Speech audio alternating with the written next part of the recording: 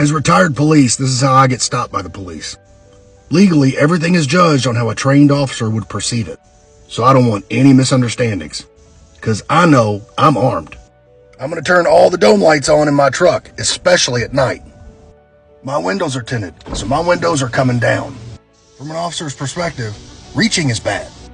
To keep myself from having to do a lot of reaching, I keep most of my credentials right up here. I'm going to keep my hands on the wheel.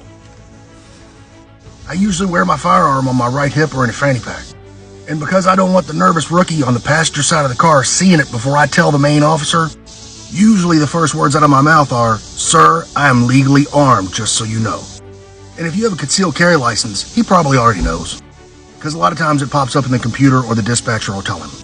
If he asks me for some paperwork and I gotta reach for it, I tell them where that paperwork is and ask if it's okay to reach for it, like in my console. Now me, I'm as friendly as I can be with that officer. Because I know I ain't got no warrants. I'm not drinking, I'm sober. And there's nothing in this car that's contraband. Now if he asks me to search my car, the answer is no. And for me, it would probably sound like, "Respectfully, sir, I don't waive my Fourth Amendment rights." Some officers don't like to talk to an armed person or have them within reach of a firearm. So while they're talking to you, they might order you out of the car. I also advise, as soon as you think you're getting ready to get pulled over, hit record on your phone. Just so there's no questions on what happened or who said what. Most departments have body cams now. In fact, on my old department, they could terminate you for not having your body cam on. If I'm ordered or told to do something, I'm going to follow all commands. What's this look like from the officer's perspective? I can tell you what I'm thinking on just about every stop. And I haven't done this in years, so I'm a little rusty. Did they put the vehicle in park or is their foot just on the brake?